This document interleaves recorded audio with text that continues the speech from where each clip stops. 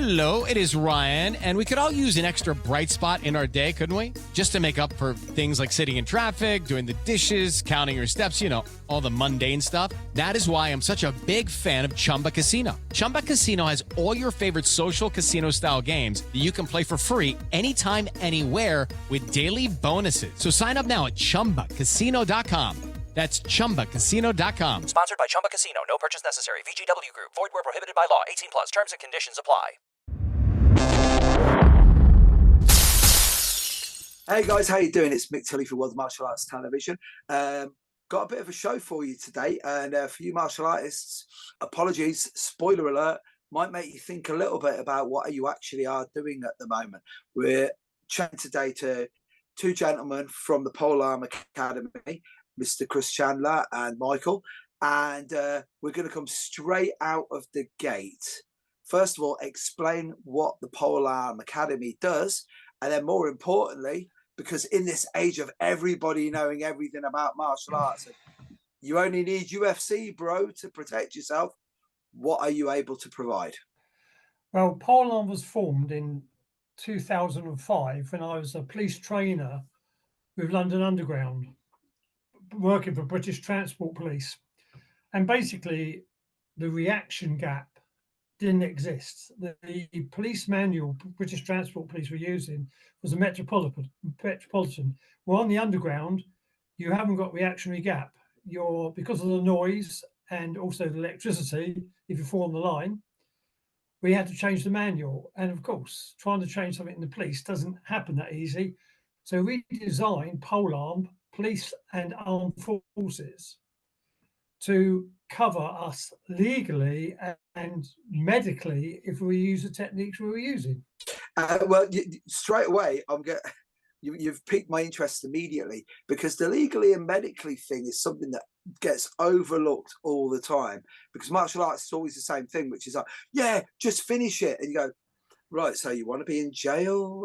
What are you actually doing here? The guy was only trying to mug you, and then obviously the medical thing as well. So the legal and the medical ramifications, that's already got me thinking immediately. So why have you approached it? Because 9 times out of 10, there isn't the yin to the yang in anything to do with conflict management. Sometimes you can't manage conflict. Fact of life. If the guy's been drinking or the girl's been drinking, it escalates immediately. And the problem with what we were teaching was there was no place you could get away from it, because we were on the Underground, and we were losing cases in court because we were using what they call excess force. And of course, if any theory and all the other things that come into place when you're teaching or training or actually using the skills on the street. And also nowadays, it was all right in 2005 when we formed PolArm, but later on, you've got cameras, you've got mobile phones. As soon as somebody sees something, and of course it comes back and bites you later, because if you're using Cooper's color code, i.e. you're going into red, where you're defending yourself, of course, your skill level deteriorates because you're concentrating on somebody else and you're not realizing what you're saying. Well, actually what you're this doing. is the thing, because we used to do, don't judge me, but in a previous life, we used to do a lot of conflict management training back in the days, training with Jeff Thompson, and do it first. You've just mentioned the reality-based movement and everything. And it used to be amazing, because back in those days, it was like the Wild West. You could do the preemptive strike, which is basically assaulting somebody. You didn't have to worry about legal ramifications. And you certainly didn't have to worry about the cameras. Okay, we've been surveilled for a long time and we don't know about that. But the mobile phone, and the problem with the mobile phone is that editing thing that you can do. So you can edit the situation to make you look really, really bad. The profiling aspect, the understanding, because I said this for years, every single confrontation I've ever seen, there was always, for want of a better word, foreplay involved. Yeah, so there was a relationship. You might not have realized foreplay was involved, but you could see it a mile off. They just carry themselves differently. And no, like guys used to say to me, you can't tell that. And I said, I can tell straight away. And you want to say that it's just some sort of internal thing or intuition. And then you realize afterwards it isn't, because the one thing I've learned about violence is it's a universal language. A guy who's angry in Turkey who's going to try and knock you out looks exactly the same as an angry guy in Japan, right? So what sort of research did you do to be able to codify this behavioral part of the training that you offer? Well, sadly, your people that are watching this and such like do understand body language because of the martial arts. They understand the body moves.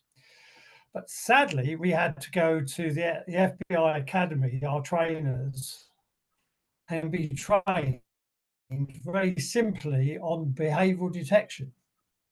Now, working in Northern Ireland, Iraq, Afghanistan, the same as Mike, we read body language. We know, as you said, it's not based on language. And you've got to remember that only 7% are words on communication skills. The rest is tone, pitch, and aggression and movement.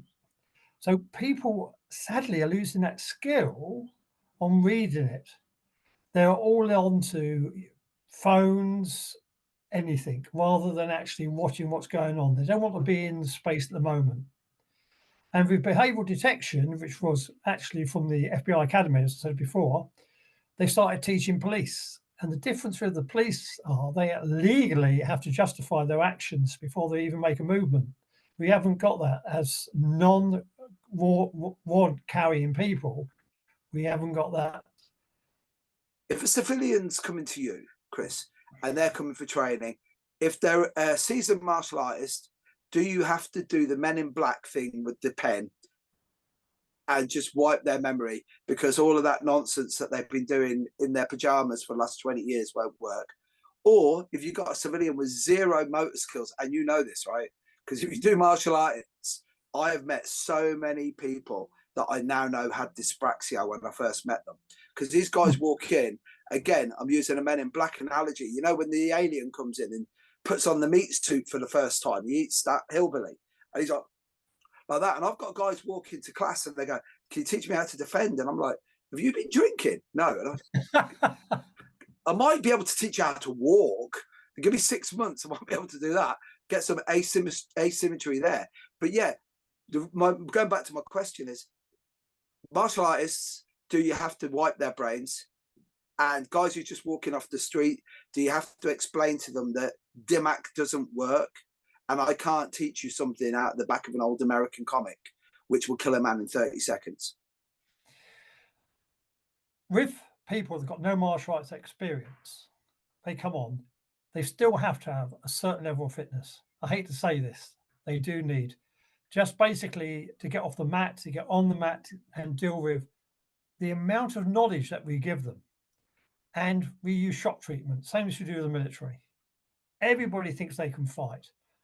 And Mike could tell you that when we join the military, if you're joining the special forces, if you're joining the powers or the Marines, everybody wants to take you out. Guaranteed. It's like green belts in the old martial art world. If you were a black belt and they were green belts, like gunslingers, they were going to take you on because they've got so much, they learn and there's so much credit. And you have to identify these guys immediately. So that's where BD comes into it. And you can ask the class, does anybody want to fight? And all the guys that have been shouting their mouths off all get stared at.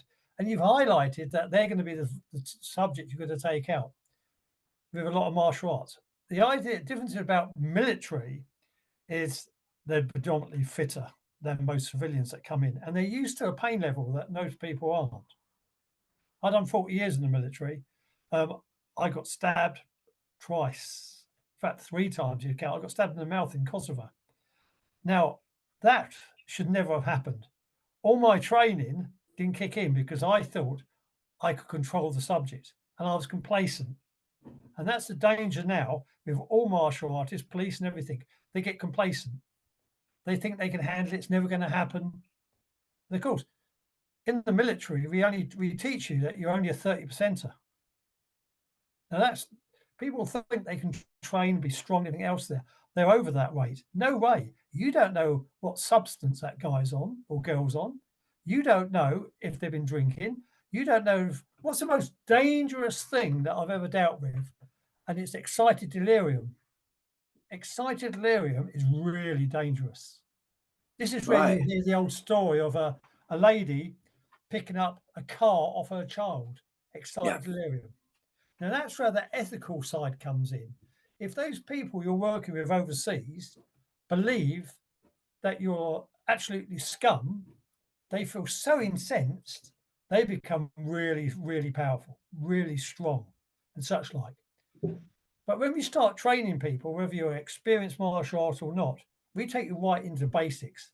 We throw you in it, and then we explain how you've lost the fight before you even start, by the way you're positioning, how there's key indicators in, body language is coming up, the guy's crossing his arms, he's starting to slowly move, he's starting to edge towards you.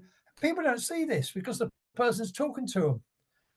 They don't even hear the change in pitch because they are considering if they can, and the amount of times that you can see people should have walked away from the incident because the person's putting their hands in their pockets. As soon as you can't see their hands, the escalation goes up or walk away. Yeah. It's so funny you said that, because when I did my NLP, I did NLP practitioner, a master practitioner at courses. And I'll tell you right now, it was nothing to do with combat. It was nothing to do with counseling. It's literally because I own a plastering business, right? And I'm a builder. Yeah. And there was guys that I just couldn't connect with. And I couldn't understand why I did. And I'm quite an engaging, likable chap. And in business, if you're likable, it's quite easy to get money out of people if you deliver as well. And I couldn't work it out. So I'm chatting away to these guys. And now, if you have a look, I'm profoundly deaf. So I'm not as auditory as I used to be. So I used to be auditory and visual. And the people I couldn't get to grips with, right? This is ironic for someone who's a grappler. Yeah, they were like, you never stay in touch. You don't know how I feel. And these are all kinesthetic guys. And I'm like, we'll stay in touch. Don't worry. I understand how you feel. And then these guys are like, you understand me? And I'm like, no, I understand that actually the brain isn't as complex as we actually think it is. And you're going to tell me everything about you by just the way, it's that 7% thing, right? 7% is the worst. The rest is tonality, pitch, the way it's delivered. Absolutely. And you're going, so then I looked at it and I took that to interaction and then violence, right? And it was, you see it coming a mile off. And it literally, like the way you were talking there, I remember the first time I could see it. And it was like Neo, there is no spoon, in the Matrix. Yeah. As soon as I saw it, and I went, no, this is it. And it's always the same. And it was like, it's all of the stuff that's paradoxical. Like, I can't see his hands, therefore he can't hit me. And you're like, can't see his hands because he's got something way worse than hitting me in mind, But if you don't mind, I want to just talk about the military thing for a minute, because a lot of my friends that I do jiu-jitsu with, the army guys, it was mad because as soon as they were just blue belts, they could hammer you. because with the military, what freaked me out, the first time I ever sparred anyone who was in the military, we weren't sparring. And I didn't know what he was doing. I just knew he was trying to kick the crap out of me. And then I find out he was milling. And I said, do you learn any technique? And he goes, no, there is no technique. No technique. And I went, why? And he goes, no, we give you a technique. You might trip up on that. And I was like, what? He goes, no, we'll just see naturally how you move. Yeah. And then the crazy thing was what you were saying about the fitness. The fitness is one thing. But the one thing that I found from martial, especially, I have to keep saying it's about Brazilian Jiu-Jitsu. I'm 55 and I'm still able to hammer most young guys for the simple reason that and it's not toughness. I'm resilient. It's a completely different game. If you're resilient, it just means that it still hurts and it sucks. So it's that Nisha. What doesn't kill you only makes you stronger. What Friedrich didn't tell us is it still hurts. Years later, it still hurts. Yeah, but people aren't used to that now. Oh, they won't embrace it. This is the thing. Hicks and Gracie, be comfortable when you're uncomfortable. Easy for you to say, Hickson. You live in Malibu now. You're a millionaire. It's easy for you to say that. It's like most people, because this is what I'm really interested in. And I'm going to be really honest. I've seen over 40 years of martial arts. I've seen everything. Every now and again, you see guys coming in doing military-specific training. We'll use Krav Maga as a great example. So Krav Maga is great if you're just having a bar fight. But then the mentality that, and I don't want, I don't want to go too woo woo about this, but a dear friend of mine, he's passed away now, a guy called Marcus Wynn, who was a genius when it came to violence. Marcus Wynn had this whole thing he said where you say, when you access that demon, do you really need to? And how do you deliver on that sliding scale of what is appropriate? Because that, again, you said it earlier on, reasonable force. Now, I'm a very unreasonable man when it comes to somebody breaking into my house at 2:30 in the morning, right? But I'm a very reasonable man if you cut in front of me on the M1 and I've got plenty of time to go somewhere. So how do you get that? If somebody's breaking in your house, you're going to cope with that because it's black and white. People don't do things black and white. Black and white's easy. I was very fortunate. I could speak more Japanese when I was a child than I could English because I had a speech impediment. I expect you'll find that out now. But I have a speech impediment. And I was put down as a retarded pupil at school. And they had no hope for me at all. My father told me I never joined the military. Never. Because I was too soft. But I started martial arts without my father really knowing. I thought it was judo, but it was Shotokan karate. But in those days, judo was the main thing.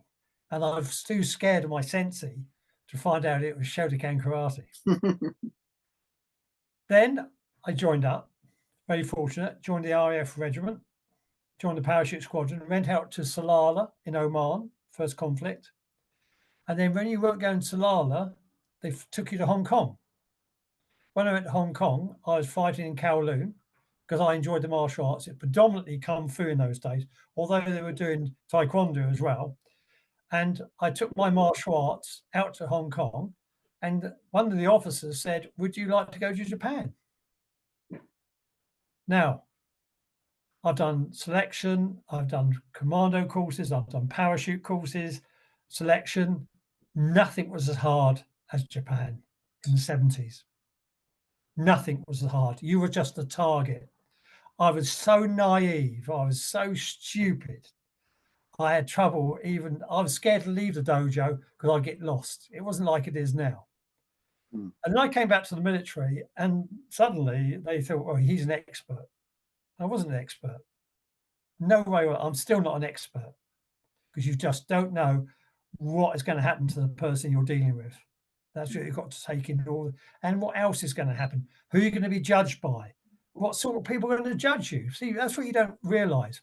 If you're in London and you get in a conflict, yes, and where the jury comes from might be that area, and you have what we call in the military psyops, constantly fed information about violence, knife fights, and everything else there. But if you live where I live in Bath, they do have knife incidents now, but not much. You get judged by people at Bath, different type of characters and such like. You've got to take that into consideration. That's really important now, the area that you're dealing with it.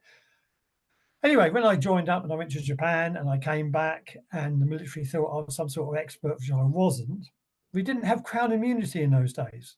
The crown, and if you wanted to fight and get a few stabbed in training, it happened. Nobody asked anything. I nearly took Princess Margaret out on the demo when I was doing the old knife demo, and the guy came at me with a bayonet. I kicked it, and it landed next to her in the dais when she was watching us. Wow. And I was amazed at. Nobody tried to save her. We could see the bayonet flying in the air. And all my team, it was like a dead, they all watched it go. But because I'm an expert, so said, but I wasn't. I've never been an expert in anything. Then I went from the RAF regiment, joined other special forces and such like, and ended up as a sergeant major in Marine Commandos. And the Marine Commandos do a lot of Brazilian Jiu-Jitsu. Why? Why do they do it? It's because nowadays the Royal Marine Commandos become urban combat specialists. And no matter how good you think you are, that weapon, that pistol, that rifle is going to do you no good at all. If there's no justification in dealing with some subject in a house, they're going to start scrapping with you. If you've never done scrapping, it's going to happen. That's why Brazilian Jiu-Jitsu is so good. Krav Maga is great if you haven't got bits of kit hanging off you. Yeah. Well, sorry, carry on. When I first went to Iraq, if we could justify that they were trying to take our pistol or something like that, we could use deadly force. Second tour, they never got in near us. No. They made sure they didn't touch our weapons. They were trying to gouge our eyes out and everything else there. And that's what we bring to the course for experienced martial artists and for new people. We don't care who you are. Everybody learns. And what we do then, we take them into, that's an intro. Sometimes, I must admit, Mick, I do not ask students back. Yeah. I do not ask them back because it's their effort. I've had some guys refuse to do randori. I take it on 2 or 3 people, and they're supposed to be top martial artists. Now, we've got all the padding on. We've got tons of padding. We've got red man suits. We also got fist suits. We put them in the gear. We put them on the head guards. We put them so they don't, and they can really go. But why I do that is to show the endurance of fighting. Sadly, with all the films now, people think they can fight for a long time. I broke the world record for running a marathon with 40 pounds and a rifle on my back. Yeah? Wow. And I did it in under 4 hours. Yep. Not a problem. I held the record, and I've done it in America as well. Broke the record in America. How long could I fight for? 6 minutes. Yeah. 6 minutes. And I'm exhausted. And the problem with 6 minutes, you go into black. You're not taking in notice of what you're doing. And of course, once you survive an attack like that, you're hype. And you say stupid things. And you get carried away. And some member of the public records it. And that's what you got to take. You're in a different world now. It's funny you said that, right? So,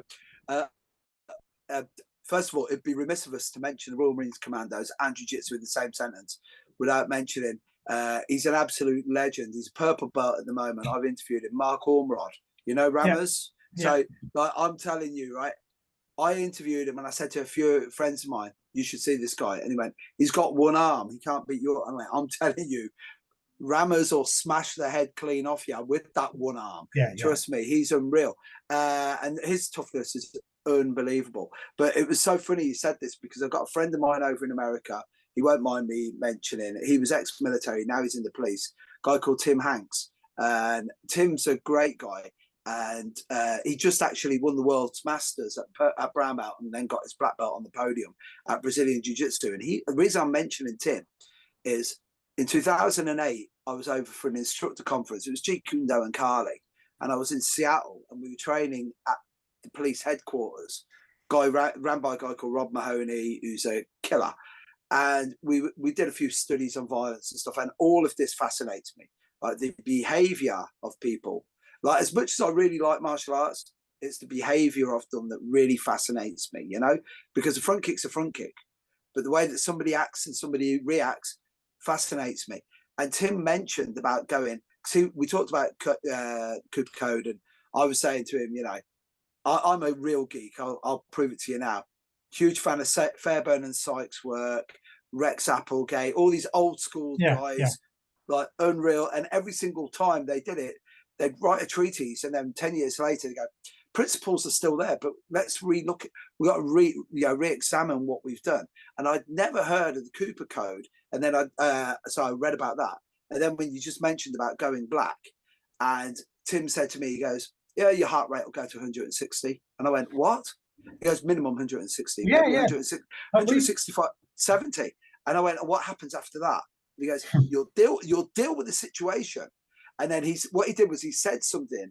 And after that, every seminar I ever taught that came back, we talked about violence. I always say, "Do you see these? These get you into trouble. See this? That gets you into jail." And they were like, "What?" And I went, "Yeah, the minute it's finished, say nothing. You'll look guilty. You pay a lawyer in a shiny suit to get you off that, mate. Because what you'll do is you'll try and rationalize what you've just done. If you've got any sort of ethics whatsoever, you'll start questioning, well, maybe I was a bit too over the top there.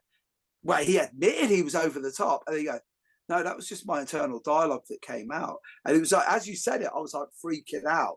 So like when you're teaching this, especially like it's the martial arts bit I have to get, because I it's a bugbear of mine, as you said.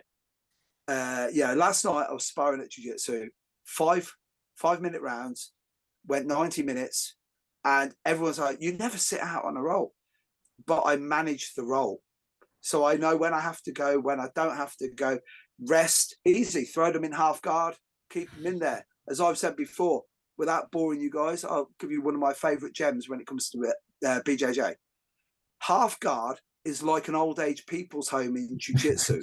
You know you're going to die, and you're going to probably die soon, but you chose to go in there. And the beauty of half guard is you can have a bit of day release every now and again. Every now and again, feel a bit adventurous. I'll walk out into the garden. Oh shit, they're going to beat me up, and go back into half guard where you're safe, right? And the guys are like, but like in a real fight. And I went, in a real fight, it'd be about 35, 40 seconds. And they're like, no way. And I went, goes any longer than that, mate, it'll feel like a lifetime. Because Absolutely. it is. And then it's the classic, you know, when again, the reason I'm saying all this is like, you know, you get the seasoned martial artist and he tells you blow by blow.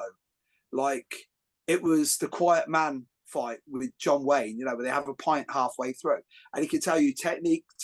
And then I'm like, no, mate, because even now in jiu-jitsu, someone will say, what did you do? And I say, I swept him. Yeah, but how did you sweep him? You'll have to show me, mate, because I can't remember. I was too busy in the moment to do it. Yeah. And that's going to lead me on to, we talked about the physical way that you can prepare people, but then I'm hoping that the answer is going to be what I think it's going to be with you. But how do you get the mindset?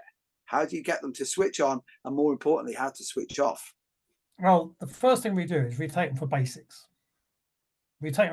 See how they cope with just conflict. Not conflict in a dojo, conflict on the street, where the person moves around them. And there's a thing we call baseline. People don't read baselines. Baseline is the environment you're in. Simple as that. You can also do baseline on drive. We use it in close protection. And we teach our students how to, if you can protect somebody else, you can protect yourself. Baseline is what normally occurs. People don't see when something's changing in the baseline. They don't see that. They feel it, but because of diversity training now, they're scared to actually say it. How many times? I was on the underground where we had a load of football supporters on, travelling on the underground, and a family got on a Millwall train and they still pushed them on because they thought that was their right. They didn't read the baseline, that there was violence. They didn't read it at all. So, you know, you understand that. And the other thing we put the student, even if they've done martial arts, then we train them how to use a pistol, how to use a rifle, and how that comes into the equation, how to work as a team. Because the pressure of when you've got to engage targets and when you have to put the holster your weapon, sling your rifle and deal with somebody without dropping the rifle on them, getting somebody up from the deck when you've got all the military kit on, body armor, helmets, and such like. You take them for the experience and they appreciate then how I won't say easy, but how they can cope easier outside that environment. But the baseline's so important. And you remember the old fight, flight, and freeze? There's a new one on that, Mike. It's called fluffing. Right. Yeah. And you see it when people don't want to really deal with you, they will start looking at the ticket or working on their mobile phone because they don't want to be involved. People never happened. This came into about 10 years ago. People never fluffed. They either freeze, flit, or fight. But now they fluff. They will look at their phone when everything in their body is telling you to get out. It's like the old, you know, I've worked a lot of operations, and if you get a camera crew with you from ITI or BBC, that camera thinks it protects them. I was on one job where, I won't say too much, but we lost one guy, and the cameraman started filming it. We just lost one of our guys. And it was just like he wasn't going to get hit because he wanted that footage. But people now are using their phone rather than taking in what the environment, the baseline's changing. Get out, run away. So we teach them baselines. We teach them how to deal with it. We tell them fluffing, and also expose them to how unfit they are. And But people can take it away, or we have people never done it before. We've got one old guy on the course, and he's coming back for every course he can because he loves it. It's so much developmental. Because people do not want to be told now, you're not coming on the next one. They get yeah, very incensed. And that's what we do on the course. You can have no training at all. Your environmental changes. And when people leave us, it's changed their lives. yeah. But Sadly, well, you people see, don't sorry. people don't realize sometimes it's arrogance, absolute arrogance. They think they know it. They think money can save them and such like. I went into a big conference to talk about BD, and it was like a general meeting. This big company came from all over the world and everything else there, and they didn't even acknowledge me in my classroom. So I simply said, I can tell among you who's having an affairs and who's not. It was deadly silence. All the women that knew people were having affairs stared at them. The guys covered up, crossed their legs and crossed as much as they could and looked standing in front there. But I gained that. But the baseline changed then. I knew I had them. People do not read this. They do not read the baseline.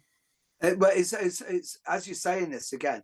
It's this is why I love interviewing people like you, because it makes me think even more.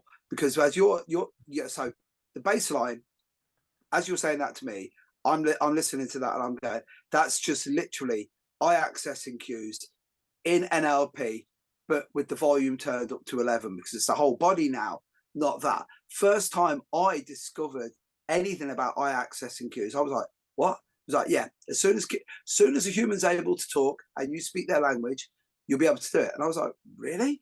And then it was like, where they construct, where they remember, how they feel. And I was like, wow, you're exactly right. And then it was like all the defensive postures that you were saying, because we used to have a guy. The reason I'm saying it is when you were talking about who's having the affair, went like this and watched. You said earlier about working as a team. And years ago, indoor work, it was always the same. Group of lads on a night out, you just had to watch them. Group of lads who worked together, 9 times out of 10, you had to watch them. But the beauty of that was, if it ever kicked off, it was always an internal conflict. So it was like they never really went for anyone outside. They would just have a few beers and then bring up something that happened at work. So you used to have to separate them. The worst guys, believe it or not, wasn't because I had it with a couple of guys, football players. So they were like, yeah, football. I said, no. You got to remember, you guys only think you're thugs. The worst guys ever, rugby players, because they've spent their whole, all their free time getting hit and working as a team. And they know each other's strengths and everything.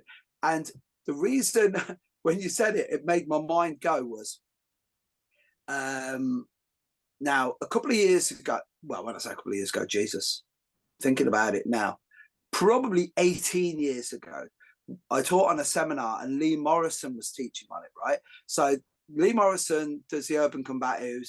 Like, yeah, I really rate his stuff. When I first met him, I thought he was just a maniac. I honestly, and I was like, this guy's either smoked far too much weed or he's paranoid. Then years later, I found out, well, it wasn't, I just discovered by getting to 55, he wasn't paranoid at all. He was just a visionary. Because I remember him saying, like, when we had the Westminster Bridge attack, so transit van, guys come out, and like literally he had called this play-by-play to me 10 years previously. And he just said to me, he goes, you're going to get a load of guys. And so you said earlier, if they believe that you're something that you're not, you're like the Antichrist, whatever, jumped out, worked as a team, and you're like, right, they've gaffer taped a machete to their arm. They're not going to come quietly. And they worked as a team. And as soon as I saw it break out on TV, I was like, and shall I tell you something? This is no word of lie. I never taught a seminar on conflict management again after that day. For the simple, because I was like, I can tell a few dirty jokes. I'm great at teaching kids. That's about it. I like embrace what I know I'm pretty good at, you know. But it was like this leads me on to now when you were talking about like dealing with multiple hostiles, right? Is that how? Where does that figure into your course? Because you can't bring that out straight away. Because there's inoculating people and then there's throwing them in at the deep end, right? Well, we do basics on the first course. We pressure test people and we explain to them why they made mistakes and such like. We get some brilliant fighters on the course, absolutely brilliant. But they make stupid mistakes. They get overconfident or they get tired. Once they start getting tired, the arms drop and they start making mistakes. And that's worth having that in a safe environment so we can explain it to them. But there's also they don't see the pre-indicators. Then they forget about the blade because they're tired. They forget how quickly a blade can come out and it can cut them and such like that. And how quickly they go. One thing we do once they get overconfident is we, the blue fist stops. Yeah. We put white T-shirts on them. Yeah. And then we have them fighting each other. But what we tell them is their bleed out factor. And people are shocked on that. They think they think if they get a slight stab. I did my refresher medics course just before Christmas.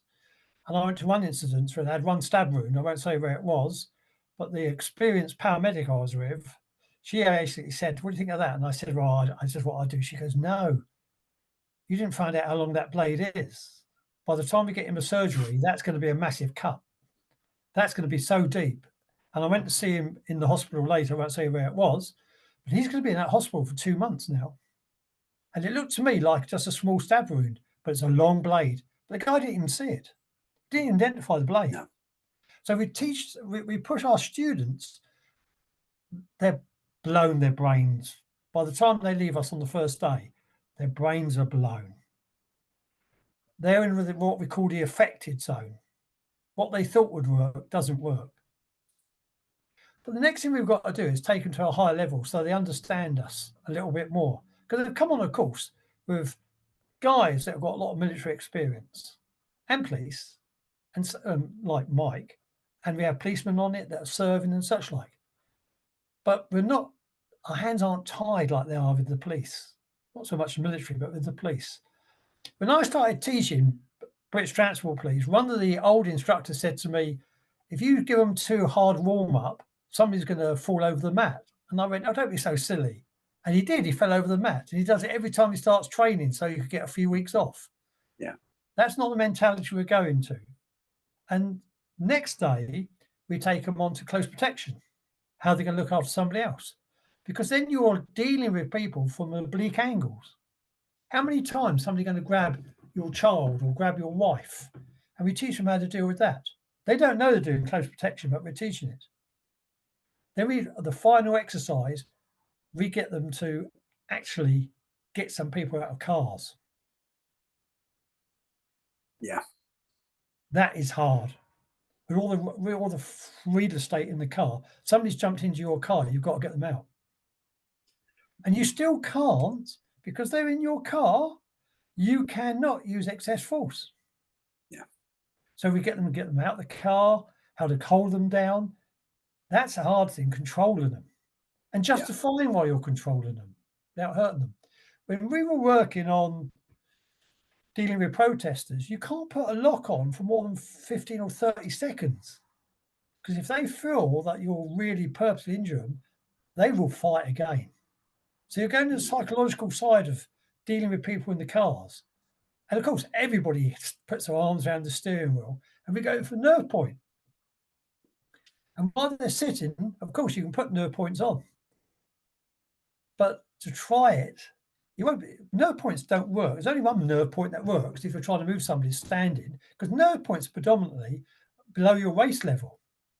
But when somebody's in the car, that's when nerve points can come because they're concentrating on putting their hands in the steering wheel, not grabbing them. Then you get an arm and you get an elbow lock or a wrist lock, then you take them out. But what do you do when you're taking them out? You say things like, you should be in my bloody car, things like that. You don't know what's going on. The biggest experience I had was London bombings. Right. Because people were seeing things they weren't used to. I'd done 30 years military before then.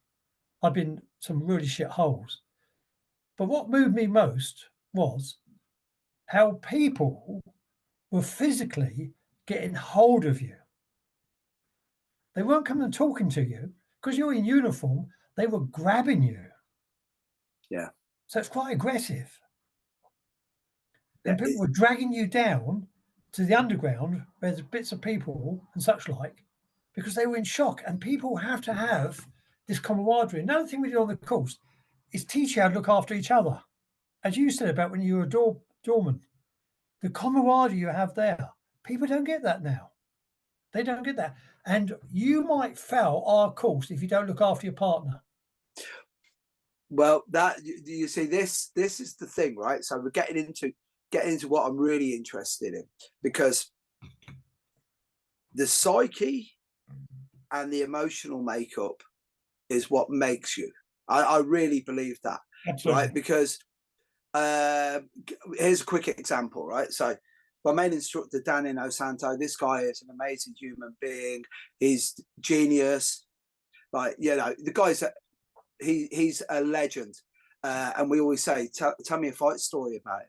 There is no fight story about it. Like, what is he? He's brought loads of people together. He's taught them, well, he taught me how to be a better man for definite. And he was explaining to me once about basic training, like in regards to Carly, because and it was the you know, the poacher term gamekeeper thing. Second World War, right?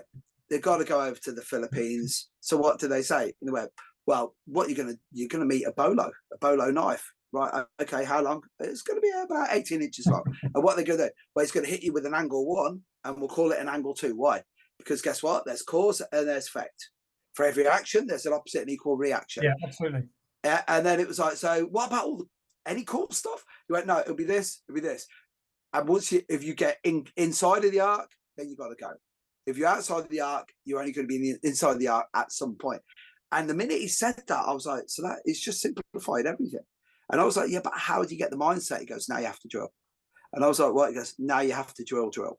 And you said something there earlier, which again fired off something up in here with me, where you were talking about, first of all, the fellowship, which, you know, I know it sounds really lame, but it's why army buddies meet each other 60 years later, because they've had a shared experience, they've been through something massive.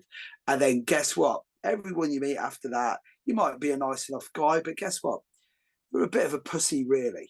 You know what I mean? And as a bloke, I don't want the 3 guys beside me when we're really in it to have to question them, right? And that's the thing that's got me about speaking to you.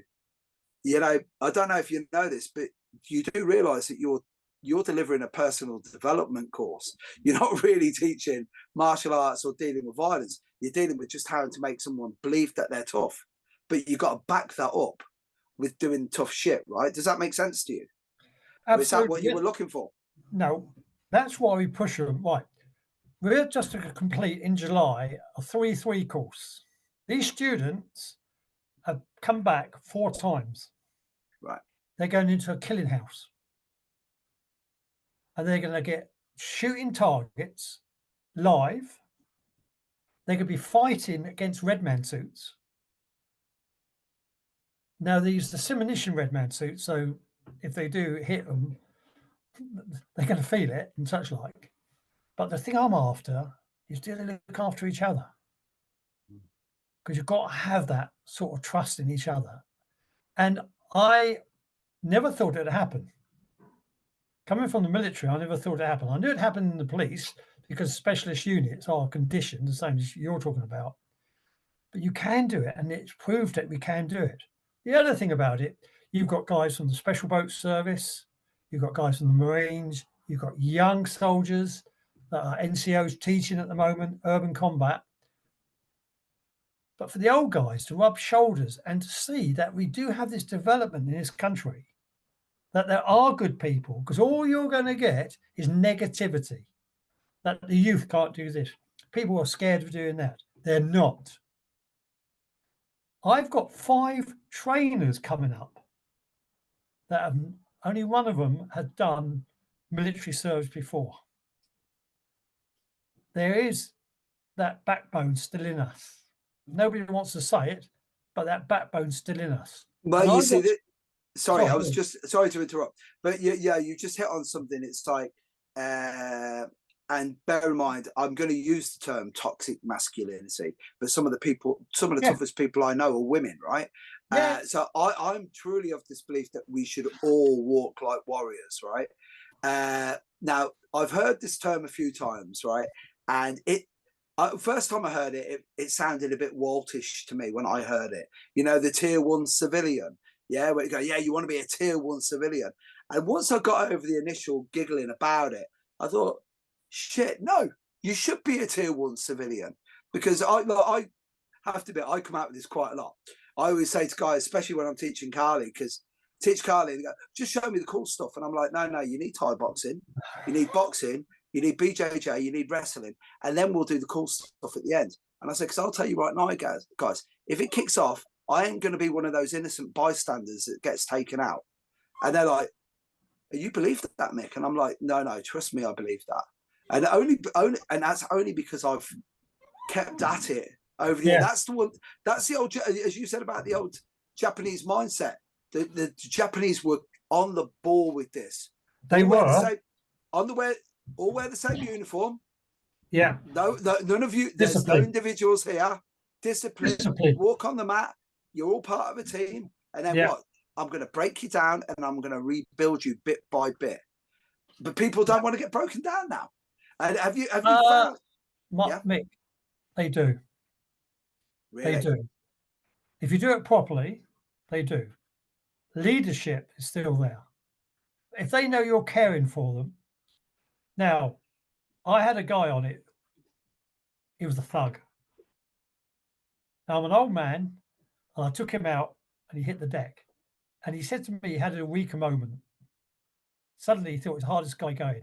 But we fought for years. Absolutely. You know, I didn't get this ugly naturally. This is why people, but this is why people come to our course. I mean, if you're willing to carry on, like I'm even arranging at the moment for when they've completed the free course to go to the military and teach them fast roping and abseiling in the military. You're going into a different world. And everybody goes, oh no, civilians, they can't do this. They can. They've proved to me they can. And they have the camaraderie. We don't arrange it, but the guys go out and invite us there for the night. And it's just like, for the old vets, there's faith. Yeah. And you're not allowed to be, I just find it crazy. You know, I joined up and I served all these countries and I trained other people in other countries, like Malaysia, Kosovo, you name it, Middle East, Far East. And it's the same, we're humans. And this camaraderie is what we're trying to build in. Well, it's funny you're saying this because, like, I'm 55 now and I'm just getting to that jaded part where I'm getting to it, but every now and again I'll believe, you know, oh, the youth of today, yada, yada, yada. And then you don't realise that in ancient Rome, there was graffiti. Like, I don't know if you ever heard it. It was like, the problem with today's society is that children don't listen to their parents anymore, and that was graffiti in ancient Rome on the wall. So it's not a new phenomenon, right? But it was I would like your take on this. I've found that because we are very tribal, right? So we're a tribal species, and that Dunbar effect thing. That there's a reason why nationalism works. Because that Dunbar number actually is a thing. That's why guys will support Man United and Man City and fight each other. Because we've got 1,200 to 1,500 people up here that I can identify with, and then it expands out. The bigger the idea comes, right? But the reason I'm saying it is, with the advent of like social media is probably I've quoted some really random movies, so I might as well quote this one. Con Air, Nicolas Cage, Stanley Goodspeed. What do you know about that gas? I know it's something we shouldn't invent. that's social media. That's the one, right? Social media is something we need to uninvent because it's made us more insular. It's made us more, it was like you were saying, when you talked about the fluffing, it was really funny because they're there and they go, right, so you're in a really dangerous situation. And why are you looking at your phone? Why are you examining your ticket? Is it because you think your world is so important that everything outside of it doesn't exist? Absolutely. Or are you deflecting away from this and just saying, look, I'm a bit of a victim here, mate. Please don't beat me up. And guess what? As I've said time and time again, guys, how many diplomats do you know? How many guys in the military do you know? We know a lot more in the military. Do you know why? Because diplomacy doesn't really work. We pretend it works because some part of us wants to believe that we are noble savages, yada, yada, yada, but we're not really. And I think that's, this is my final real question to you is, in the way that everything has changed in regard to violence one-on-one, my mentality, there's no getting out of it, that you are going to meet, right now, I can't believe I'm quoting this guy, Harry Ellis from Die Hard. Do you remember the coke snorting lawyer? Where he goes, I don't know what your problem is, Hans. Maybe you're pissed off with the Heaves. Maybe it's the IRA. I don't know. But the reason I'm saying that is you've got now groups who are hell bent on destruction of wherever you are. And like in the military, you understand it because you're going there for a reason. But now it's come here and the battlefield's changed. How do you see? Because like this is the thing, right? I was looking at your website. I was looking at how innovative you were, and you are, right? And it's like, so how do you change it? Because the world's changing even more dramatically now. So how do you bring that? Because this has got to be another course. No, Mick. What you got to realise is I'm not a bright man. I'm not bright. I don't know. No, far from it. I've got a Sidcup County Secretary Modern School certificate saying I'm retarded. Yeah. Well, but Chris, what you got to remember, most of the really smart people I've ever met, and guess what? Modesty precludes me from saying I am one of the smartest. I actually am. But whenever anyone asks me, I always say, but you're a plasterer. How do you know about philosophy? How do you know about this? And I went, I'd rather that you were surprised than underwhelmed when you met me. So, Chris, don't kid a kidder and try and don't tell another borderline autistic genius that they're not a borderline autistic genius, because that's what I am. I know that much. So anyway, I was very privileged to go on a PSYOPS, psychological warfare course. I was the only one officer on it. It's predominantly officers do it.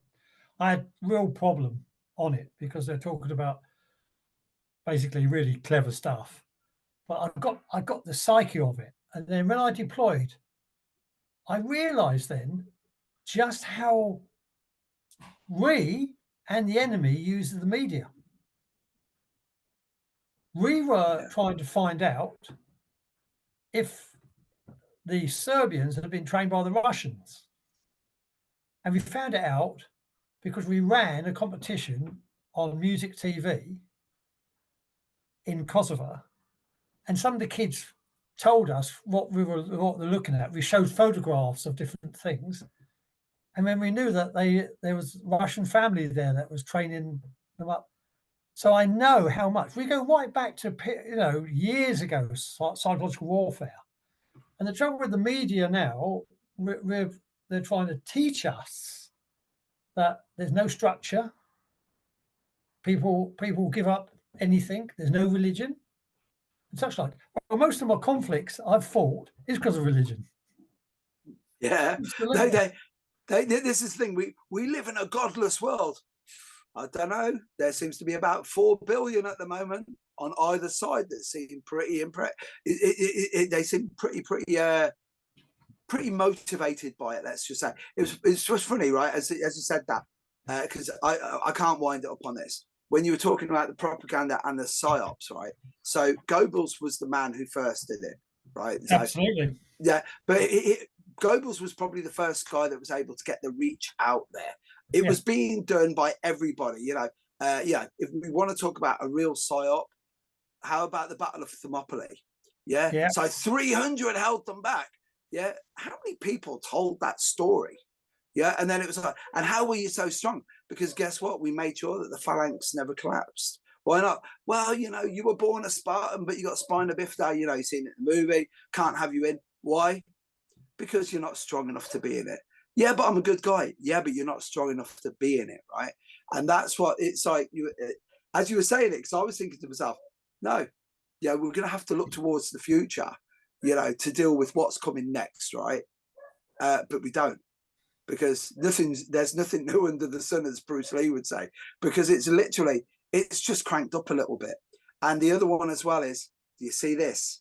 This is delivering it to us every single day. Absolutely. Like it's funny you said it, because it was like I said to my wife, I said, we're going to have a general election soon, mate. Very soon. And she went, how do you know? She said, how do you know? I said, well, Rishi Sunak's now telling me how dangerous the world is to live in. And last week he was telling me how great it was. And she went, why? And I went, he's worried about having to change his mailing address. And it was that whole thing, you know. And then she said, you sound like a serial killer. And I was like, no, it's actually, you know, that's what they usually do. Sow dissent. But this comes into the fighting, Mark. This comes into the fighting. Even in conflict, everything you do, body language is really vital. If you're confident, like when you said about somebody coming into your home, you've got confidence to deal with that guy because he's broken that seal. But it's when they don't break the seal. It's in between the grey, what we call grey. In the military, you call it grey. Not black is not white, it's grey. That's when it's really dangerous. Yeah. And if you read it wrong, you're going to end up in prison. People don't realise how many people end up in prison. They don't. But you see, this is the funny thing. It's like you said it, and because all of us here are men of the world. It's years ago, you used to hear that cliche about, you know, prisons full of everybody in jail was innocent. And you're like, not everyone, but unfortunately, there's a lot of victims of circumstance in there. Went in there, did more than they should have done, because again, especially in this country, this reasonable force thing, and it hasn't changed in the last 20 years, because it was like, so just use a reasonable force, and immediately it's like, well, I was in fear of my life. And that's what but you have to sell that. You have to make sure. It's how people view it. Perception is, again, this is and how you get judged by it, which area you're in. And don't forget, the people you're being judged by haven't experienced like your clients, your people watching this. They haven't got that experience. They don't know that. You're judged by people that are very soft. But you know, and we will bow out on this one. It's that classic line when you meet someone who's never actually really seen violence, right? So years ago, it used to be my big bugbear. I used to have. Me and Jeff had this discussion many times when Jeff says, no, you got to teach these people how to act it. And I went, unfortunately, Jeff, you're talking to a guy who was beaten up and abused all through his childhood. So I speak violence, and I understand not just that as a language, but I understand every single dialect. So Geordie to Scotland, right down south, I understand it all. And the minute I see it, I know if the guy can do it or not. And you're getting people, and like when I said it to him, he didn't like it. And then he turned around and he went, you're actually right. I said, you're getting these guys to speak Spanish like Manuel from Fawlty Towers. And I said, if you don't know anything about Spanish, it could be plausible. But, you know, sorry, mate, you're talking to me. I know Spanish. And it's that whole thing. You can always tell someone who's never really seen violence, because the first time they actually see it, and immediately, that was far too much. I don't know why he did that. Going, maybe the third kick to the head was a bit overkill. But unfortunately, the guy had knocked out two people beforehand. And, you know, and that's the thing, because it's like you're saying about perception. And again, it's like who you're speaking to. It goes all the way back to what I said earlier about arguing with people online. Yeah. If you understand it, then yeah, I can see why you two guys are arguing. But the passerby walks past, and it's when do they see it? At what point did they enter the altercation? Did they miss the foreplay? You know, This is for Mike. 'Cause he's a young guy. He'll get this when he'll like this. You know, did they miss the guy slipping into the DMs? You know what I'm saying, young man, right? So it's that whole bit. It's like before we even started talking, did you see that? And that's the violence, and it never changes. Now, the other thing is, I was an expert witness on lots of cases, the police. What you got to realise, when you watch a video, if you watch it again and again, you get micro sounds. I was watching one incident where one guy was basically in his own home attacked in the back garden, and the jury thought he was justifiable, everything he did, proportionate, necessary, and all that, ethical. By the time they watched the video over and over the 7th time, they started hearing things like the guy that was attacking the person goes, "I don't really want to fight you." That never came out until the 7th time they saw it. Mm. So you've got to remember that heat at the moment, Cooper's colour code, that's no good when people are analysing it. And that's what we teach on the course. We teach that you've got to justify your actions, you've got to do everything the law says, but you've also got to look and sound confident when you're talking to the police after it. You've got to know, we've had 2 barristers on the course that reckon it's on the best training they've ever done. And we explain it. We're not bright people, but we have to. I've been done for manslaughter in the military. Wow. Yeah. And I'll tell you one thing, the incident happened, I was a bodyguard, and I actually thought I hadn't seen the pistol drawn by the end of the day. But you'd second guessed yourself. I started thinking I was guilty. Perhaps I hadn't seen it. Wow. And you've got to understand that. And then when you explain to people what it's all about, nothing's like the films. Nothing's like the films. You start having self-doubt. Even with the experience, I'd been in 30 years. I was a sergeant major. And I got done. Yeah, but you see, again, that's human nature. Because you got to remember, this is the thing. And this will make me sound really cliche, but I truly believe that inherently, none of us are really bad. Like, again, like Danny Santo came out with a great line once. He said he's never met anyone bad. He's just never met them where they've cultivated to being good yet. And like, I'm like, yeah, when he said that, it blew my mind. And I was going, if only I could see the world like you, Guru. And he says, you don't look at the world like that. And I went, no, I don't have that. So this will be the final thing that I'm going to ask you. And I feel like I've said the final thing about 8 times, but you know, I don't know if you've ever been to Vegas, but when Sinatra was there, he'd go off, come back, go off, come back. You know what it's I've like? never been to Vegas. Oh, don't go. It's like Blackpool with sand. It's honestly, it's like Blackpool, Magaluf, and Vegas. I have this theory that you can literally stay there for 72 hours, and then guess what? You'd go full feral. You know, it's like, it is bad. It's like middle-aged people getting drunk on slush puppies in the middle of the day. It's like, honestly, it's like going to Dudley Zoo, but where they're wearing clothes. It's unreal. I love it. And now they've brought mixed martial arts to it. Yeah, truly, it is the end of days, guys. We just need Schwarzenegger to walk in on that movie. No. So what we're going to wrap up on is, first of all, if you can just an outline on how you could combine this as a martial artist and why you'd want to do it. And then lastly, and more importantly, how they can get in contact with you, how to reach out on you. And I know that you've already mentioned that you might not ask people to come back. So obviously I don't want to ruin your business, but explain why certain people, it just won't be for you. Because when you've got a product that's perfect, guess what? Maybe it's not for you, my old mate. We're a Michelin star restaurant here, mate. Yeah, we're not doing Big Macs this week. Well, the first course, it's 65% close combat. That's it. We do 10% close protection because we want to see if people can look after other people, because that's what you're going to do with your family. We do non-shooting pistol training to see if they're ambidextrous, if they can take in stuff that they've been fighting. We don't do it cold. We do it when they've got to learn something new. Then we do team training to make sure they can look after each other. Big thing. People putting on body armor, stuff like that, can be a nightmare if they don't look after each other. And then we do a little bit about rifles and how to shoot a rifle to see if they can take more training. Now, if they do that, and they drop on something like attitude, predominantly attitude.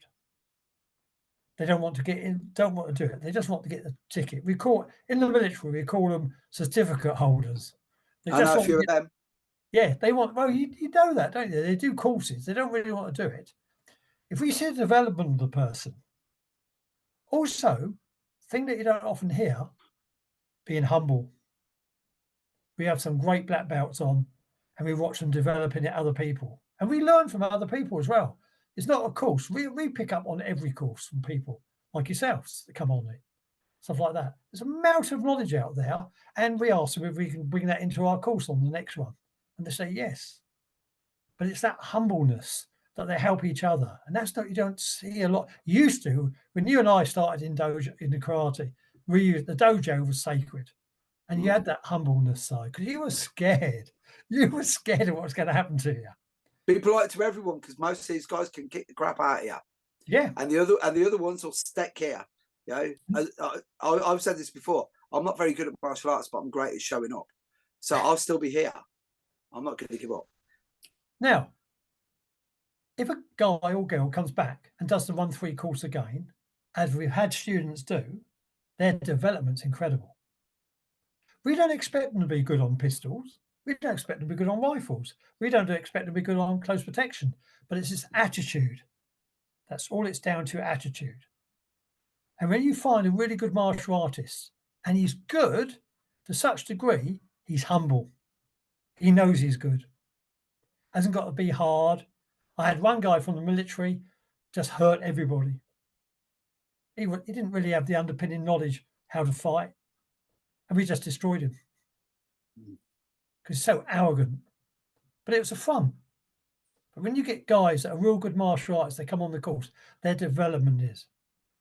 Next course they do BD. And they learn about how to read body language. They do the whole morning about it. They do 6 hours. How to read it. We show them little games that they can see, where they see people acting differently. They have initial suspicion. That is when you go, well, that's a bit funny there. Then you have elevated, where they do something that's going to affect you physically, or it's going to affect them law, where you need to go get a police or something like that. So they go into that. The third time they come back, which is the 3-3 course, they go live. They go live looking after a VIP. We've cleared it with the police. You have a BD team and you have a personal escort section, which are protecting it. And we have an incident where we try to take the VIP out. That's when your skills really, and that's when the camaraderie comes together, where the guys and girls really believe they've got something. But we're developing all the time. We're getting martial artists coming in. We've got Mike coming in with some guys from the army and girls from the army doing more Brazilian Jiu-Jitsu. We have other people coming in doing more knife techniques and stuff like that, just to educate the people. So it's a flowing course, absolutely. Once they complete this final second 3-3 course, then they're a team. And that's why I'm going to take them fast roping and abseiling and things like that. Because they'll be doing everything they've taught. When they come off a rope, there'll be a man in a red man chasing them, fighting them before they can get off the rope. Because it's that experience, and people are so scared of having that experience now. Then we deal with the medical side. Not St. John's, not first aid, third aid. How are you going to deal with a sucking chest wound? What happens if your intestines are sticking out? What are you going to do with that? What are you going to do? Try to put them back? No way, you'd be pooping out your ear for the rest of your life. We go into that, and it's real fast. And we do it all the time. On every course, we do first aid, knife wounds, dealing with stuff like that. If you get stabbed in the neck, how are you going to put pressure on it? We go into depths like that. So it's constantly, their heads are spinning by the time they go, but it's proved that it can work. We've got 5 future trainers, but we've got 9 out of the original 12 that are coming back for the third 3-3. Yeah, you see, this is the thing, right? A systematic approach is the way forward. And as long as you build the foundation, and it's just like 9 times out of 10, it's just embellishing. You'll know this from the karate days, right? It was like, you know, I'm really going to show what a geek I am, right? So, Idori Hamigame. And you go, Miki Hamigame. And you go, so you just like left to right stance, yeah. And then you see these guys and go, so you're doing a front kick, right? What's next? Step in front kick. And you're like, what's next? Well, it'll be a jab next. Why? Well, that's how the Japanese would actually fight. Why? Well, they'd find it very, very uncultured to actually punch somebody in the face.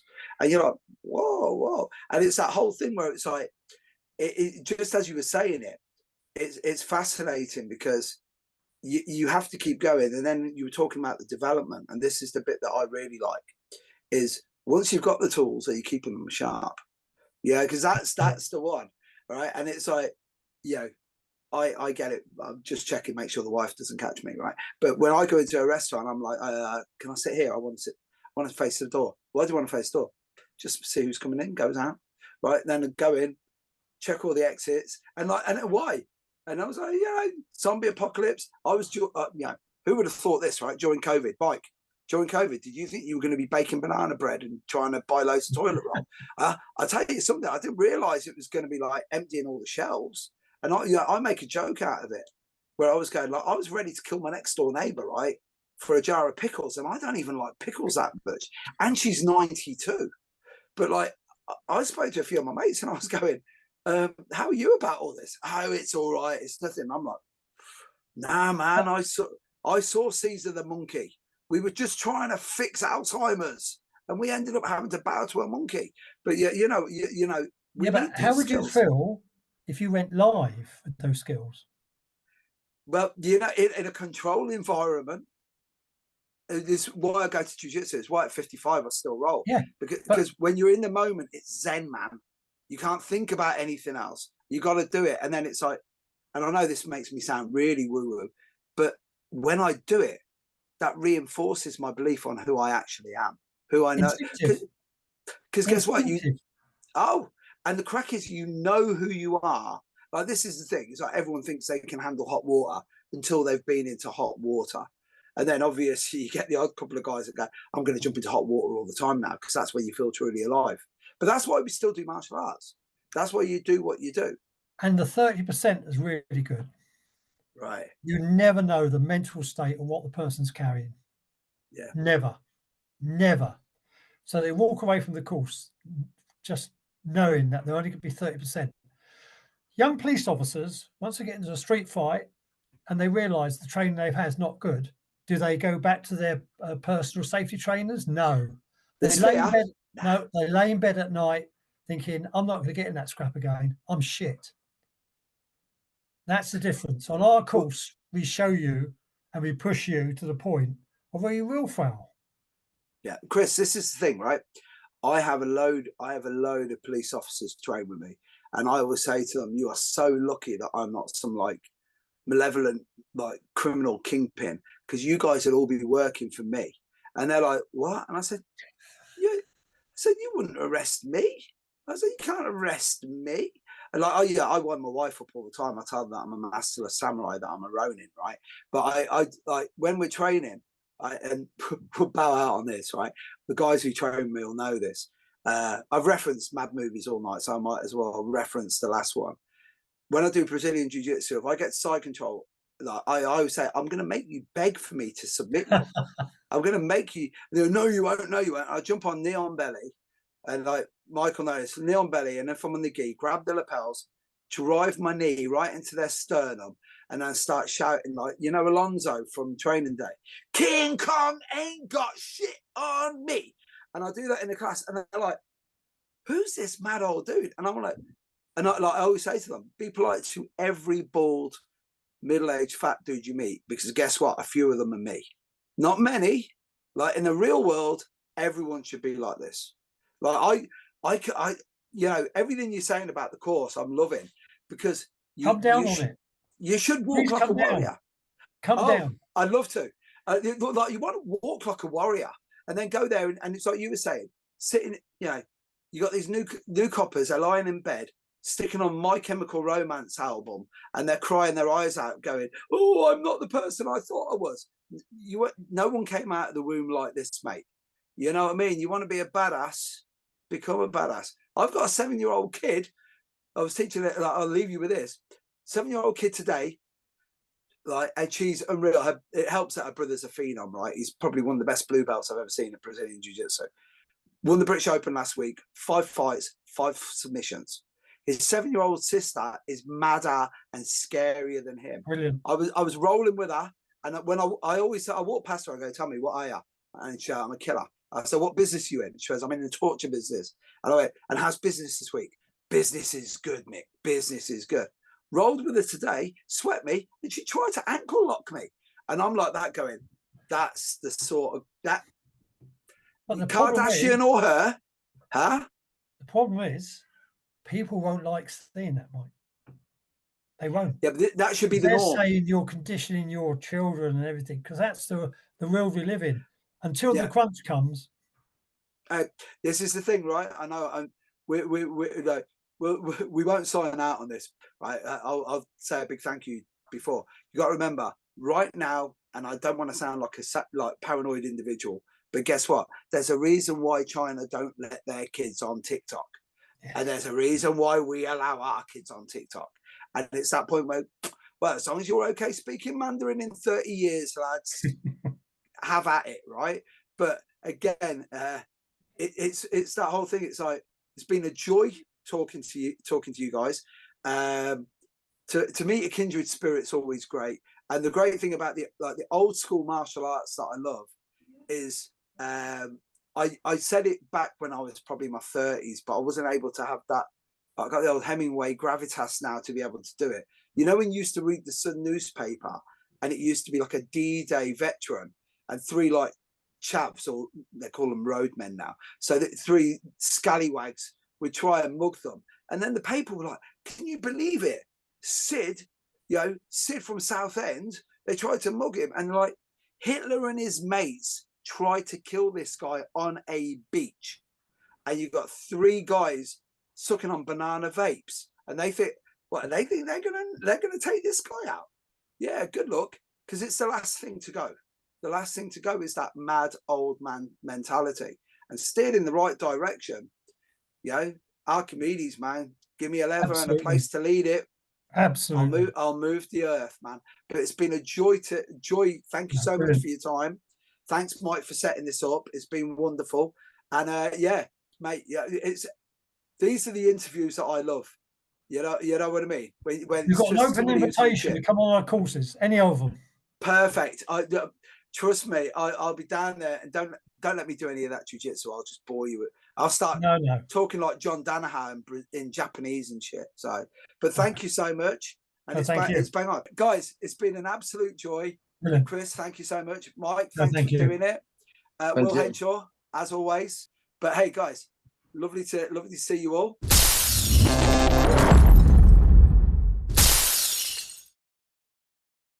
Sports Social Podcast Network.